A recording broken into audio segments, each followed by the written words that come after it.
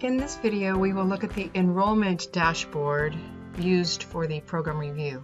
On the first page, you can see across the top there are 5 pages in the dashboard. You can navigate to them by the buttons, or you can use the arrows on the bottom.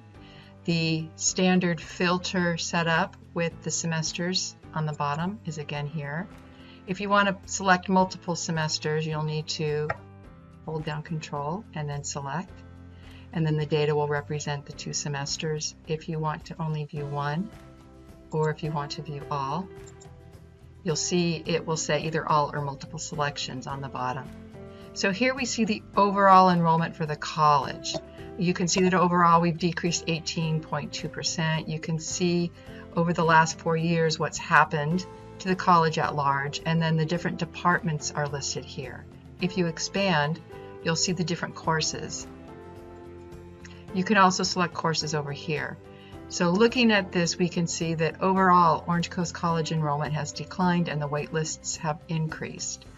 The FTES to FTEF is a measure of efficiency, but more importantly, it's a measure of access. This is a ratio that illustrates access to classes, with the goal being approximately 17.5.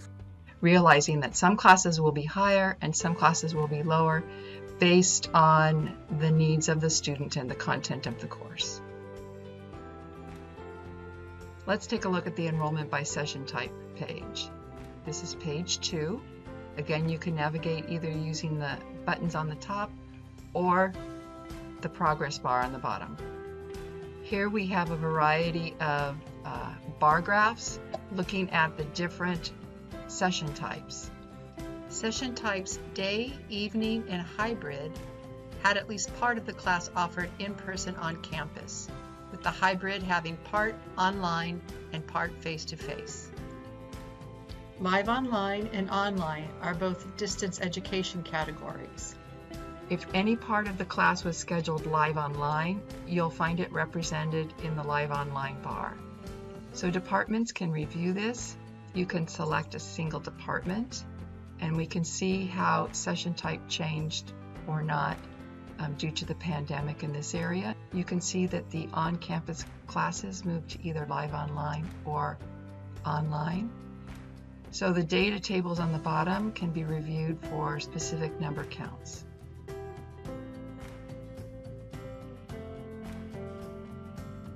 The third page is enrollment by large lecture. Here you will have displayed the enrollment by the class size. In health education, we do not offer any courses as large lecture, so you can see there are no bar graphs here. If I select an area where I know there are large lecture courses, say history, and take off health education, you'll see that the large lecture courses and their enrollment is represented here. As with page 2, we have a set of data tables where you can dig deeper into the enrollment numbers.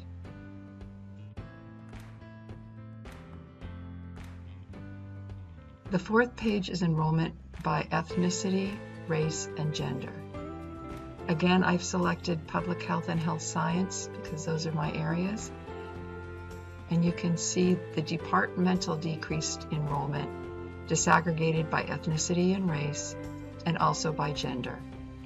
In the data table on the right side, you can also expand to get more details. If we want to compare to the college's decline in enrollment, the Orange Coast College percent change is represented in the far right column.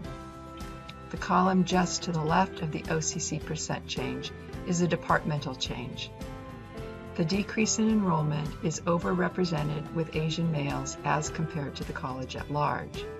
As you go through these data, ask questions like, were any groups of departmental students lost at a greater rate than others? Is this loss consistent across all of your courses, or are there certain courses where the trend is more prevalent? Are these classes gateway classes? Based on any identified gaps, discuss why these gaps might be and what the department can do to remedy them. Think about things that the department can do rather than the students. One of the most powerful tools in reducing gaps is to search for institutional solutions rather than putting the onus on our students. Again, we have data notes as the last page. So if you want to know more about the description and definitions of the data, it's here. If you need additional information, please contact your IE faculty coordinator.